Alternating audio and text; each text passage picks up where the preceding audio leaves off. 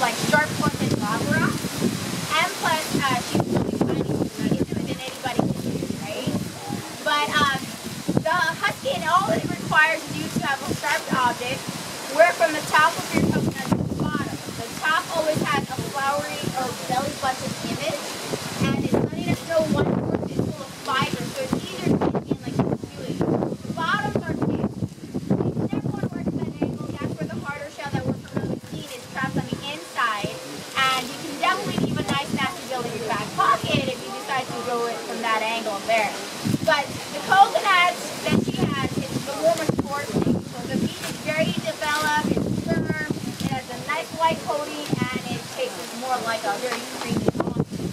Now back there, there's a green one and there's a gold one. The green stage, they'll often cut that for you to drink. There's actually 16 to 20 ounces of liquid that you can drink from there. It's really good if you decide to eat that green coconut. The texture is a little bit more like a custard to where you can slurp it out of the shelling. Some people are not too fond of it, but some people are, who knows. And then the yellow ones, they're actually the adolescent stage because they're in the transition of becoming a nut from the fruit stage. So their flavors vary. You can find them being bitter, blandish, nutty, sweet, all sorts of different types, like your adolescent. You don't know what you're getting with them sometimes. Same thing with them. These fibers that she had ripped apart is very important to the Hawaiian culture because this is what I declare Hawaiian duct tape. You ever read that crazy book, Husband Hawaiian duct tape? This is better than that. But we've actually used it to make rope, fishing line, nets, fire, multi-material sponges, scrubbers, shoes, probably even dentifloss, who knows? But this is used for everything and anything that could be possibly think of that requires fibers. Now the harder shell was used to make bows and cups and our sexy, beautiful bras. And I know you want to know that. But she's actually going to show you there is 3 holes, 3 little dots on your coconut. Now these 3 dots sometimes look like a Goldilocks, but if you look deeper into your imagination, you might see Coco the monkey, you might see a puffer fish, you might even see a husband. You know, it doesn't matter what you're looking at or who it reminds you of. There is still a little face that you can actually see.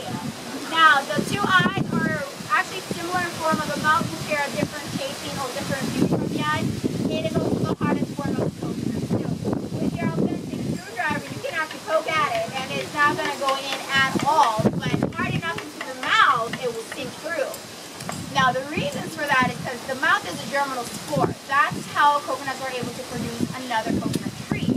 This is the world's largest seed, but we tampered with these fibers, we took it apart, and now it's a dead seed. It needs everything to look like this tacked on for it to actually grow something. So all of this liquid that she's dumping out, what is that? Rum? Who said that? So it's actually coconut water. I'm glad a lot of you know already. Coconut water was mistaken to be milk a long time ago because only milk was advertised. You know, it's like, how the heck am I supposed to glass of water if it wasn't actually stated that way, right? And we didn't really know where milk was coming from. But milk comes from the white flushing of coconut that we're consuming every single day. And you have to do that in the pot with your teeth not to drain, and then you got apple milk. This is coconut water. If your coconut water looks more like milk, then you try and drink that part, that will lead you to the toilet. Your toilet will be your best friend. It's a natural laxative, right? That's why they always mistake the milk being laxative, because sometimes the water may look like milk. But all you need to know is that water should be water, clear. Anything that's different than clear coming out of your coconut will lead to toilet time. Alright? So she's going to go ahead and show you guys how to crack your coconut. Very easy.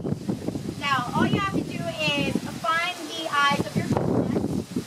In between the eyes, there's a seam or ridge that would see to the back. Crack it in the center of that with the flatter side of the hammer or with the rock. You're just going to use a lava rock. But basically, like the cranium overhead, same thing with the coconut, that's where you're going to be cracking. Oh. Always have a cloth in hand too, and you gotta be angry against her. Anybody looks good to her today. But it's gonna be open like this. Yeah. See this muscle that's telling you. Don't mess with her. It's steamy, isn't it? But that's all you need to do. Crack it on the cranial side of the coconut, and you'll get 2 halves. And the bigger, rounder your coconut is, the easier the cracking will become. Whenever they're smaller or lopsided, it is different shaping and size, so it'll be harder. But the white part there's another difficult thing, right? Trying to get this thing out. People use a hammer, scraper,